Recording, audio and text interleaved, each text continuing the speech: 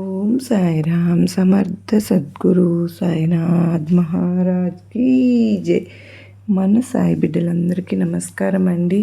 అందరూ కూడా సుఖంగా సంతోషంగా ఎప్పుడూ ఆయురారోగ్యాలతో అష్టైశ్వర్యాలతో ఉండాలని మనస్ఫూర్తిగా బాబావారిని కోరుకుంటూ ఈరోజు వీడియో అనేది స్టార్ట్ చేస్తూ ఉన్నారు. ఈరోజు సాయినాథుడు అందించే సందేశం ఏంటి అంటే కనుక, తల్లి ఈరోజు శనివారం, ఈ వీడియో నీ కంట పడితే అది నిజంగా నీ అదృష్టమే. తిరుమల శ్రీవారే నీ కోసం 3 పెద్ద గుడ్ న్యూస్లను తీసుకుని వచ్చారు. ఎవరూ లేనప్పుడు మాత్రమే ఒంటరిగా చూడు తల్లి. నిర్లక్ష్యం చేసుకుంటే ఇది నిజంగా నీ కర్మేనమ్మా అని చెప్పి ఏదో తెలియని సందేశంతో ఈరోజు సాయినాథుడు మన ముందుకైతే వచ్చారండి. మరి ఈ సందేశం మీరు పూర్తిగా తెలుసుకోవాలి అనుకుంటే వీడియో చివరి వరకు వినండి. ఎంతోమంది చెప్పుకోలేని బాధలతో సతమతమైపోతూ ఉన్నాం అక్క, మాకు ఈ సందేశాల ద్వారా చక్కని పరిష్కారం లభిస్తుంది అని చెప్తూ ఉన్నారు. నిజంగా మీ అందరికీ కూడా అంత మంచి జరుగుతున్నప్పుడు చిన్న లైక్ ఇవ్వటం మర్చిపోతూ ఉన్నారు ఫ్రెండ్స్.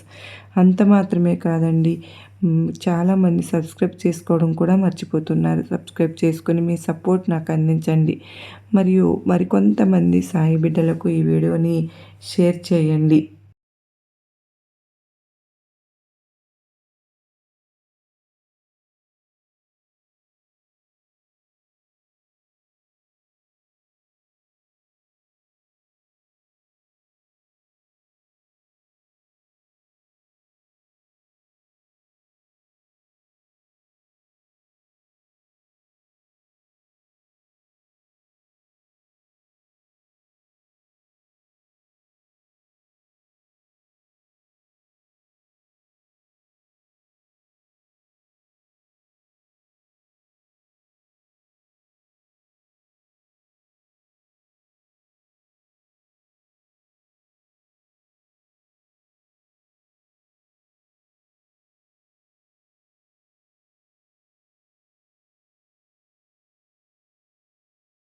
మరి ఏమాత్రం ఆలస్యం చేయకుండా సాయినాథుని సందేశం వెంటనే తెలుసుకుందామా? మరి బిడ్డ, నీకు ఈ వీడియో అనేది నిజంగా నీ కంట పడింది అంటే ఆ యొక్క తిరుమల శ్రీవారి యొక్క అనుగ్రహం ఉంది కనుకనే నీ కంట పడిందమ్మా. ఎన్నో సమస్యలతోటి సతమతమైపోతున్న నీ జీవితంలోకి మంచి శుభవార్తలు అనేవి అడుగు పెట్టబోతూ ఉన్నాయి కనుకనే ఈ వీడియో అనేది నీ కంటపడింది. బిడ్డ, కష్టాల లోతుల్లో ఊపిరాడక కొట్టుకుంటూ ఉన్నావు. ఏ బాధలు సమస్యలు ఎప్పుడు తీరిపోతాయా, నా జీవితంలో ఆనందాలు అనేవి ఎప్పుడు వస్తాయి అని చెప్పి 1000 కళ్ళతో ఎదురు చూస్తూ ఉన్నావు. నిరంతరం లేచిన దగ్గర నుంచి పడుకునేంత వరకు ఎంతో శ్రమ చేస్తూ ఉన్నావు. నీ శ్రమకు తగిన గుర్తింపు అనేది రాలేదు అని చెప్పి బాధపడిపోతూ ఉన్నావు. నీ కష్టాన్ని ఎవరు గుర్తించటం లేదు అని చెప్పి ఆలోచిస్తూ ఉంటున్నావు.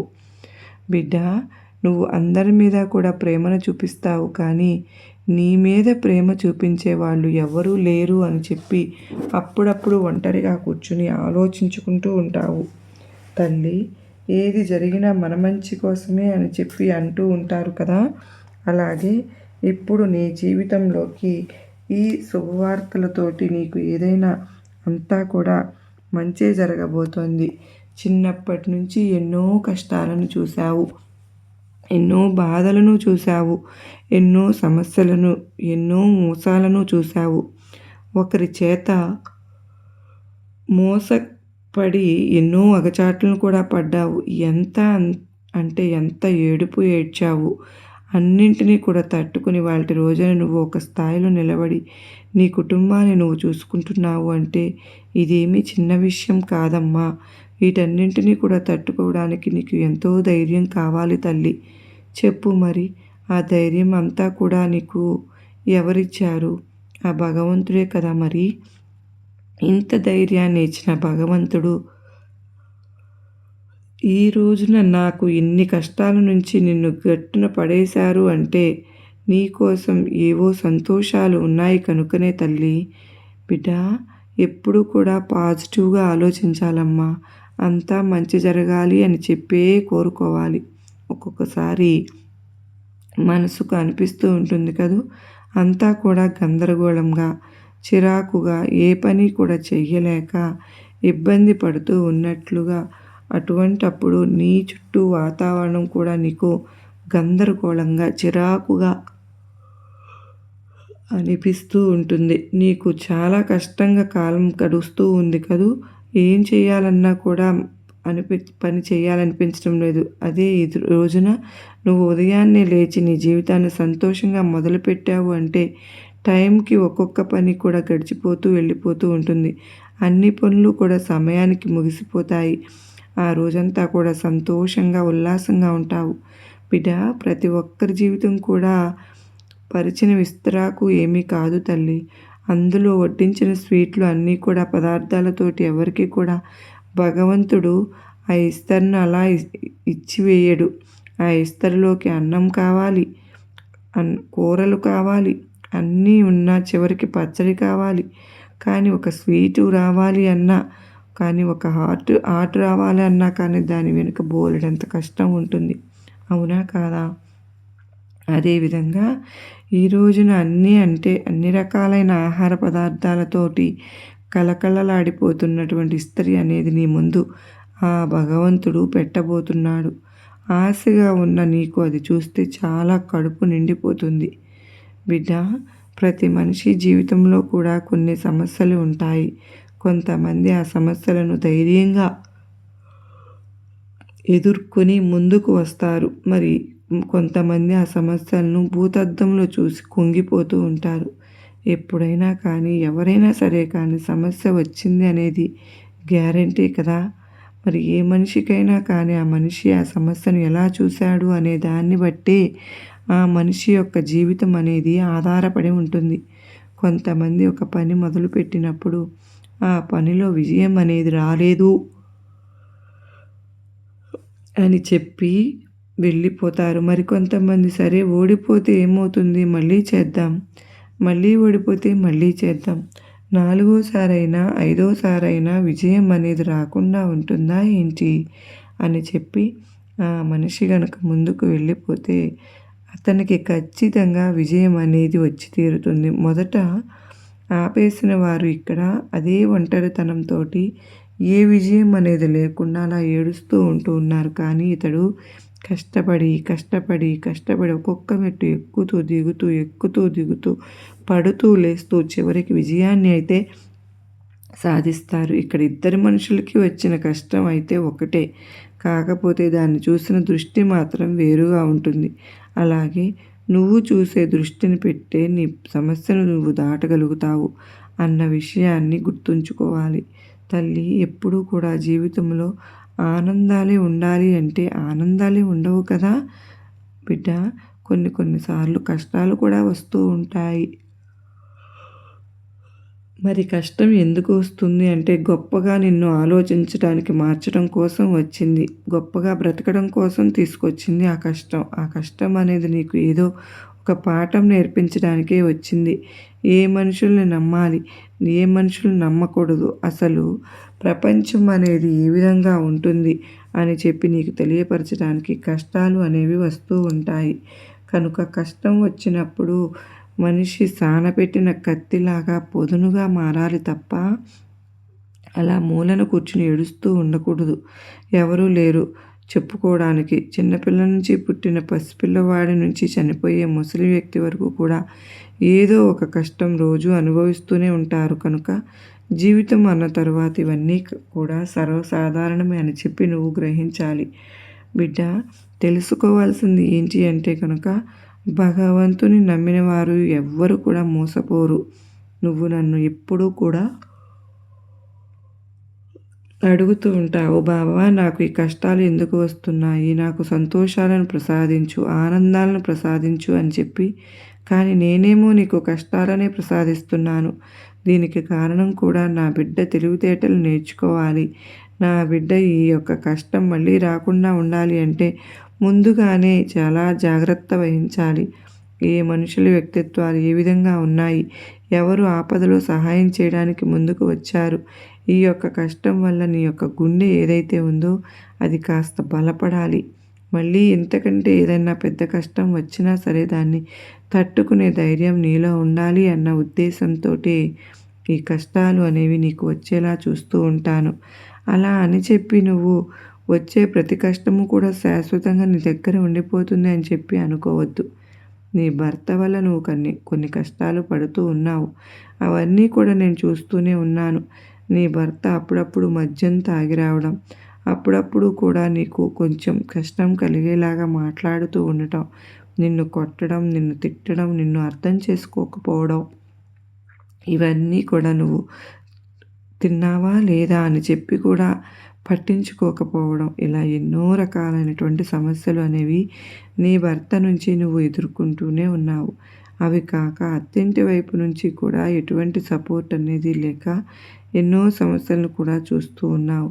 ఇలా అని చెప్పి ఉన్నప్పటికీ కూడాను నీ జీవితంలో నువ్వు ఈ రోజున ఒక స్థాయిలో నిలబడ్డావు అంటే దానికి కారణం నా యొక్క ఆశీర్వాదము అనేది నీ మీద ఉంది కనుకనే. తల్లి, ఎప్పుడైనా సరే కానీ ఏ కష్టం వచ్చినా, ఏ నష్టం వచ్చినా, నీ బాధలు వచ్చినా కూడా అన్నింటినీ కూడా తట్టుకునే శక్తి ఈ బాబా నీకు ఎప్పుడూ ఇస్తాను. ఎప్పుడూ కూడా నిన్ను కష్టంలో, ఆపదలో ఒంటరిగా వదిలివేయను. నీకు ఎల్లప్పుడూ కూడా తోడుగా, అండగా, రక్షణగా ఉండి నీ జీవితం సంతోషమయంగా మారేంత వరకు కూడా నీకు వెన్నంటే ఉండి నీ యొక్క జీవితాన్ని ముందుకు వెళ్ళేగా నడిపించే బాధ్యత నాదే బిడ్డ. కనుక ఇప్పటి నుంచి అయినా సరే కానీ ఏ కష్టము చూసి భయపడవద్దు. ఏ బాధను చూసి కుంగిపోవద్దు. అన్నీ కూడా నిన్ను ఒక వ్యక్తిగా సానపెట్టడానికి మాత్రమే వచ్చాయి అని చెప్పి గుర్తుపెట్టుకో. చుట్టుపక్కల ఉండే మనుషుల వ్యక్తిత్వాల వల్ల కొన్నిసార్లు నీ మనసు అనేది గాయపడుతూ ఉండవచ్చు. అయినప్పటికీ కూడాను నీ మనసు ఆ వ్యక్తిత్వాల గురించి తెలుసుకుని ఆ వ్యక్తిత్వాలతో ఏ విధంగా నడుచుకోవాలో నీకు అప్పటికే నేర్పించి ఉంటుంది. కనుక ఎవరి దగ్గర కూడా ఏమి మాట్లాడాలి, ఎలా మాట్లాడాలి, ఎంతవరకు మాట్లాడాలి, ఇవన్నీ కూడా నువ్వు ఇప్పటికే చాలా వరకు గ్రహించావు. ఒకప్పటి నీ జీవితం, నేను ఇప్పటి జీవితం వేరు. ఒకప్పటి నీ జీవితంలో నాకు ఎవరు వద్దు, ఎవరు మాట్లాడకపోయినా పర్వాలేదు, నేను ఒంటరిగానైనా సరే కానీ జీవించగలను, ఒంటరిగానైనా సరే కానీ బ్రతకగలను, నాకు ఎవరి తోడు అవసరం లేదు అని చెప్పి వాళ్ళు ఇలా ఉంటున్నారే, నాతో ఎవరూ మాట్లాడడం లేదే, నేనేం తప్పు చేశాను అని చెప్పి 4 గోడల మధ్య నువ్వు ఒక పక్క నీకు నువ్వు ధైర్యాన్ని చెప్పుకుంటూ మరొక పక్క కుంగిపోతూ దానివి కదూ. కానీ ఇప్పుడు ప్రస్తుత కాలంలో వారు నీకు ఎంతవరకు మాట్లాడుతున్నారో నీతో, నువ్వు వారితో అంతవరకే మాట్లాడుతూ ఉన్నావు. అవసరానికి ఎలా ఉపయోగించుకోవాలనుకుంటున్నారో నీవు కూడా వారిని అలాగే ఉపయోగించుకుంటూ జీవితంలో ఒక్కొక్క అడుగు కూడా ముందుకు వేసుకుంటూ వెళ్తూ ఉన్నావు. బిడ్డ, ఇదే నువ్వు నేర్చుకోవాల్సిన అసలైన ప్రక్రియ అంటే. ఇప్పటికే నీ జీవితంలో నీకు తెలియకుండానే నీలో చాలా రకాలుగా గొప్ప మార్పులు అనేవి వచ్చేసాయి. ఇలా నీ జీవితంలో ఒక్కొక్క మంచి మార్పు రావడం కోసమే, ఒక్కొక్క ధైర్యం కల మార్పు రావడం కోసమే ఇన్ని రోజులు కూడా నేను ఎదురు చూస్తూ ఉన్నాను. తల్లి, ఇప్పుడు ఆ యొక్క పరమేశ్వరుని ఆశీర్వాదంతో, ఆ యొక్క తిరుమల శ్రీవారి యొక్క ఆశీర్వాదంతో నీ జీవితంలో ముడిపడి ఉన్న ఎన్నో చిక్కుముడులు అన్నీ కూడా విప్పుకోబోతున్నాయి. అందులో నువ్వు ఇప్పుడు వినబోతున్నటువంటి 3 శుభవార్తలలో మొదటి శుభవార్త ఏంటి అంటే గనుక, బిడ్డ, మొదటిగా నీ జీవిత భాగస్వామిలో మార్పును నువ్వు చూడగలుగుతావు.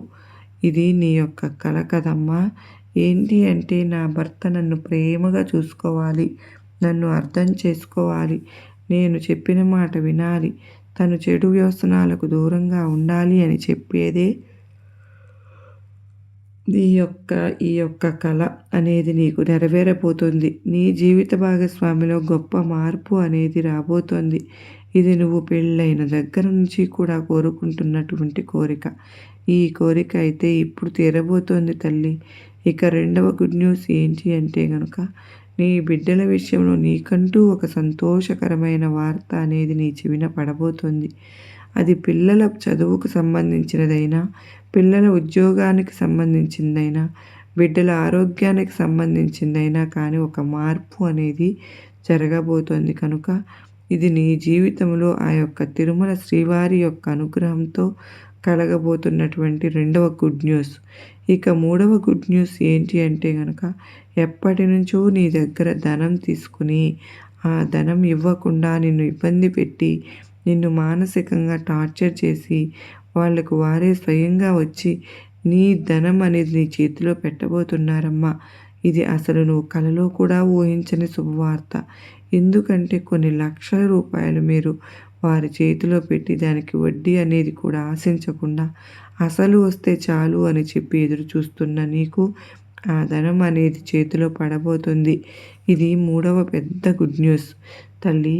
కనుక ఈ 3 గుడ్ న్యూస్లు అనేవి నీ జీవితంలో ఈరోజు శనివారం సాయంత్రంలోగా ఖచ్చితంగా జరిగి తీరుతాయి. ఆ యొక్క తిరుమల శ్రీవారి నమ్మకంతో నువ్వు శరణు వేడుకో. ఖచ్చితంగా ఆ యొక్క వార్తలు అనేవి నీ చెవిన పడతాయి. అంత మాత్రమే కాదు, ఏదైనా ఒక ఈరోజు చక్కగా శనివారం కదా, శ్రీవారి దేవాలయానికి వెళ్ళి స్వామివారికి తులసి మాలను సమర్పించు. దీనివల్ల నీ యొక్క జీవితంలో జాతకంలో ఉన్న దోషాలు అన్నీ కూడా తీరిపోతాయి. అంత మాత్రమే కాదు, తిరుమల శ్రీవారి యొక్క ఆశీస్సులు అనేవి నీ మీద పడతాయి. ముఖ్యంగా వెంకటేశ్వర స్వామి గుడికి వెళ్ళినప్పుడు అక్కడ ఉన్న రావి చెట్టు కింద ఆవు నేతితో దీపాన్ని పెట్టే ప్రయత్నం అయితే చెయ్యి. దీనివల్ల నీకు అనారోగ్య సమస్యలన్నీ కూడా తీరిపోయి ఆరోగ్యం అనేది నీకు ప్రాప్తిస్తుంది. ఇటువంటి చిన్న చిన్న మార్పులు అనేవి నీ జీవితంలో చేసుకోవడం వల్ల ఆ యొక్క తిరుమల శ్రీవారి యొక్క అనుగ్రహం, నా యొక్క ఆశీర్వాదం నీ జీవితంపై ఎల్లప్పుడూ కూడా ఉంటుంది. అర్థమైంది కదా. మరి నీకు ఈరోజు ఈ సాయి సందేశం నీకు గొప్ప సంతోషాన్ని కలిగిస్తుందని ఆ ధైర్యంతో నువ్వు ముందుకు వెళ్ళాలి కదా అని బిడ్డ.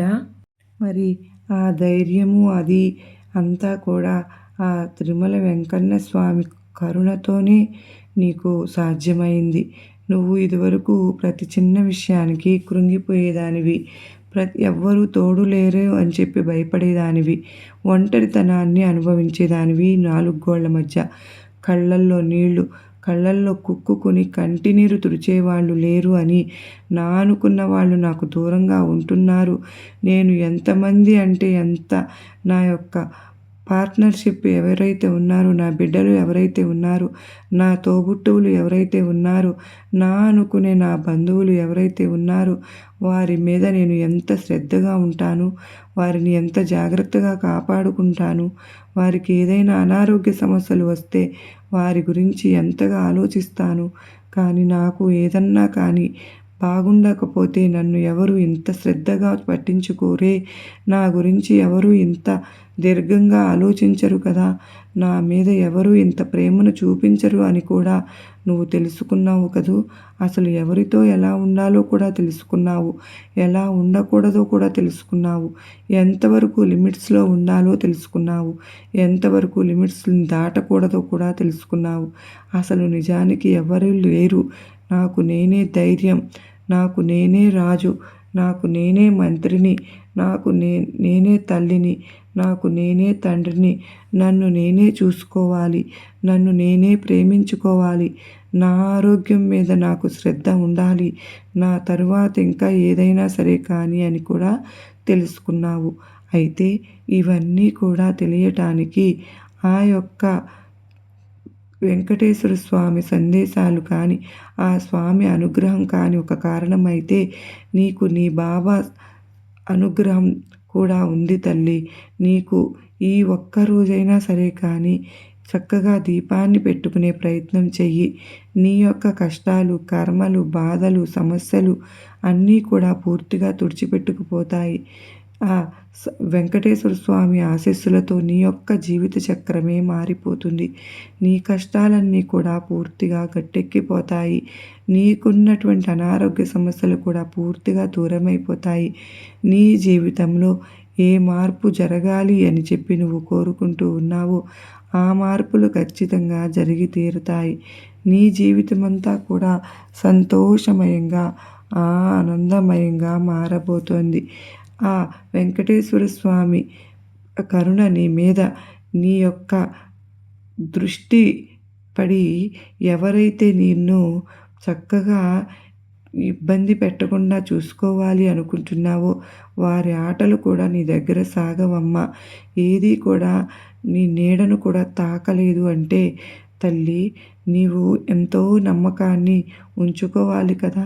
ఎప్పుడైనా సరే కానీ సృష్టిలో భగవంతుడు మనకు ఏది ఇచ్చినా కూడా మన మంచి కోసమే. ఒకవేళ మనం ఇష్టపడింది మన నుంచి దూరం చేశారు అంటే దానికి కారణం కూడా దాని వెనుక మన మంచి కోసమే ఒక ఆలోచన అనేది ఉంటుంది. భగవంతునికి మనకి ఎప్పుడు ఏది ఇవ్వాలో అది ఎలా ఇవ్వకూడదో అవన్నీ తెలుసమ్మా. కనుకనే మంచి కర్మలు చేసుకుంటూ జీవితంలో మన వల్ల ఒకరికి నష్టం కలగకుండా మరీ ఒకరి కింద దిగజారి మనం బ్రతకకుండా మనల్ని మనం చూసుకుంటూ మనం ఒకరికి ఏ విధమైనటువంటి అవకాశము అనేది ఇవ్వకుండా మన ఆత్మాభిమానాన్ని మనం కాపాడుకుంటూ జీవితంలో ఒక్కొక్క అడుగు కూడా ముందుకు వేసుకుంటూ ఒక్కొక్క మెట్టు ఎక్కుతూ మనకంటూ ఒక ప్రత్యేకమైనటువంటి స్థాయిని ఏర్పరచుకోవాలి. ఆ స్థాయి కోసం ఎన్నో కష్టాలు ఎదుర్కోవాలి. కొన్నిసార్లు ఆ మెట్లు ఎక్కేటప్పుడు దిగేటప్పుడు పడిపోతూ ఉంటాము, లేస్తూ ఉంటాము. అయ్యో పడిపోయాము అని చెప్పి అక్కడే కూర్చోకూడదు. మళ్ళీ లేచి ఎక్కే ప్రయత్నం చేయాలి. అప్పుడే మన జీవితంలో ఒక అర్థం, పరమార్థం, మన జీవితానికి ఒక సార్థకత, మనం పుట్టినందుకు ఏదో ఒకటి సాధించాము అనే ఒక ఇది ఏర్పడుతుంది మనకు. కనుక ఎవరి పనులు కూడా ఎవ్వరూ ఆపుకోవాల్సిన అవసరం అయితే లేదు.